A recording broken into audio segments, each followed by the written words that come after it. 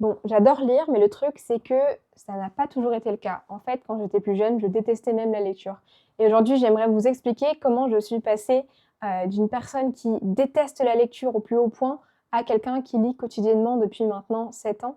Et comment, surtout, ça a pu changer ma vie, parce que ça a été le cas, ça a changé ma manière de penser, ma manière de fonctionner au quotidien, et ça a eu un impact globalement sur ma vie. J'ai commencé la lecture, comme pour beaucoup, à l'âge de 5, 6 ou 7 ans. J'ai commencé avec des livres jeunesse en fait, et j'ai eu la chance de grandir dans un environnement où il y avait des livres à portée de main.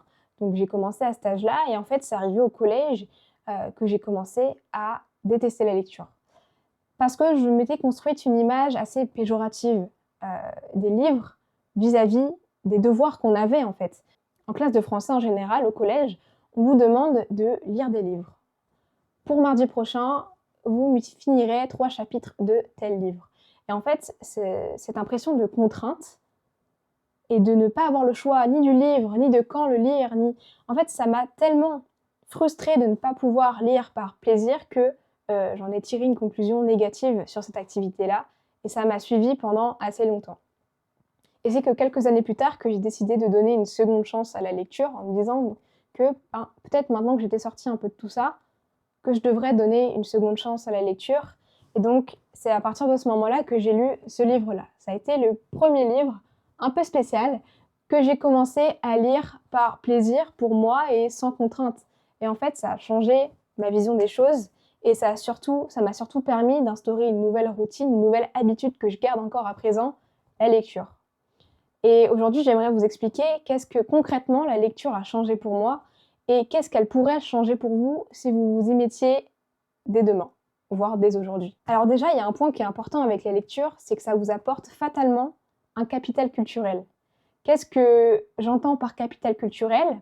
C'est une sorte de base de données qu'on a tous en nous et qu'on alimente au gré de notre vécu, de nos expériences, de ce qu'on apprend, de ce qu'on va voir, de ce qu'on va entendre. C'est ce que j'appelle une base de données, mais ce qu'on peut aussi appeler un capital culturel. Et en fait, lire des livres, pour moi, la lecture, c'est un canal qui vous permet d'obtenir de la data, de gagner de la data, et en fait de pouvoir les ressortir dans un contexte différent. Pour moi, cette base de données, elle ne va pas stagner en fait. Tout ce qu'on a en nous, toute notre expérience, nos vécus, nos apprentissages, on ne les garde pas, souvent en tout cas, on ne les garde pas pour nous. Et dans une société civilisée, on va partager nos apprentissages, on va discuter avec des amis de telle expérience, on va partager sur Internet nos connaissances, et c'est une sorte de cycle. Et ce qui est bien avec cette base de données individuelle, c'est qu'en la partageant, en fait, on va permettre à quelqu'un d'autre de réutiliser ce savoir-là. Et c'est comme ça qu'on crée une sorte de base de données collective plus puissante. Et ça, je trouve ça génial, en fait. Pour moi, le livre, comme le film, comme un échange oral, comme n'importe quelle expérience, en fait, c'est un canal et quelque chose qui permet d'augmenter le capital culturel, en fait. Et donc, voilà, mon premier point, c'est que le livre, la lecture, vous permet d'augmenter votre capital culturel et d'augmenter aussi celui de la société. Puisque la base de données, le capital culturel, ne reste pas statique, mais il évolue avec le temps et les personnes. Le deuxième point qui est super important, c'est que la lecture vous permet de développer votre concentration et votre capacité d'attention. C'est un sujet qui est assez répandu, surtout en ce moment, avec l'arrivée des réseaux sociaux où notre attention est littéralement capturée par toutes ces petites vidéos qu'on regarde à longueur de journée. Et en fait, je pense que ça, j'ai pas forcément besoin de l'expliquer en profondeur.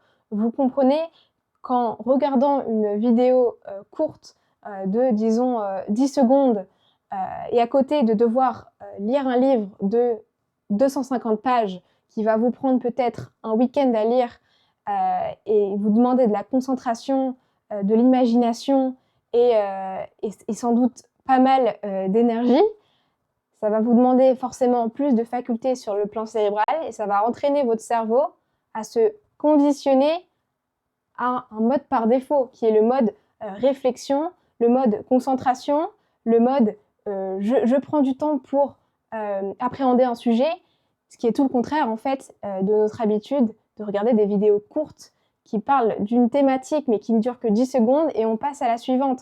En fait, on change de sujet très rapidement et ça entraîne notre cerveau à passer à autre chose rapidement sans poser notre attention sur un sujet, l'étudier tranquillement. Voilà, bon, je ne vais pas m'éterniser sur ce sujet-là, j'en ferai sans doute une vidéo à part, mais voilà, pour vous dire que la lecture a évidemment développé ma capacité à me concentrer sur une même tâche et à réguler mon attention. Le troisième point important que m'a permis la lecture, c'est la remise en question, l'esprit critique et plus globalement l'exposition à de nouvelles idées. En fait, le problème, et c'est un truc qui est arrivé à toute époque, en fait, le fait d'être confiné dans une bulle et de n'être exposé qu'à des idées des personnes qui nous entourent. On dit souvent qu'on est la moyenne des 5 personnes qui nous entourent, mais il y a une exception près, c'est que je pense qu'avec la lecture nous offre littéralement une fenêtre sur le monde.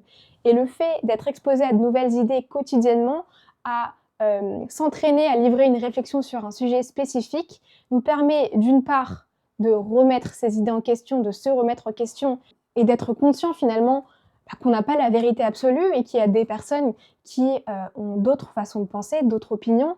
Et moi, je pense qu'il est super important de régulièrement s'exposer à de nouvelles idées, quel que soit son parti politique, quelle que soit sa religion, quelle que soit sa façon de penser, son idéologie. Je pense qu'il est très sain de se remettre en question. Et c'est en ça que la lecture m'a aidée. Ça a été de me confronter à des idées qui ne sont pas les miennes, mais qu'il est important de développer et de creuser pour ma réflexion personnelle. Et en découle de cela, forcément, un meilleur esprit critique. Voilà, être exposé à un ensemble de nouvelles idées et être en capacité de chacune les juger selon sa propre expérience, selon sa base de données, selon son capital culturel, ça permet aussi de construire un jugement critique et de pouvoir se positionner face à une nouvelle idée. Donc voilà pour le troisième point. Et le dernier point, il est un peu plus personnel puisque la lecture m'a permis d'instaurer une routine que je tiens depuis maintenant 6 ans. Tous les matins, je bois mon café et je lis.